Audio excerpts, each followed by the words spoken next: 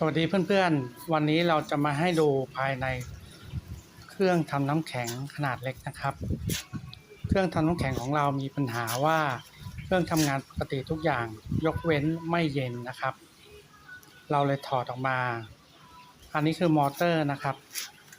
แล้วก็อีกด้านหนึ่งก็จะเป็นลิมิต2ตัวครับ ส่วนใหญ่อุปกรณ์2ตัวนี้จะเสีย แต่ของผมที่เสียเนี่ยก็คือโอเวอร์โหลดนะครับที่อยู่กับคอมเพรสเซอร์ส่วนรีเลย์ตัวนี้ไม่เสียครับตัวนี้ครับที่เสียเป็นโอเวอร์โหลดนะครับผมลองวัดดูแล้วไม่ขึ้นครับมันจะประกอบอยู่ประมาณนี้นะครับเสียบเข้าขาคอมมอนส่วนรีเลย์เนี่ยจะมาเสียบเข้ากับขา R ขา S ครับขารันกับขาสตาร์ทตัวนี้นะครับที่เสีย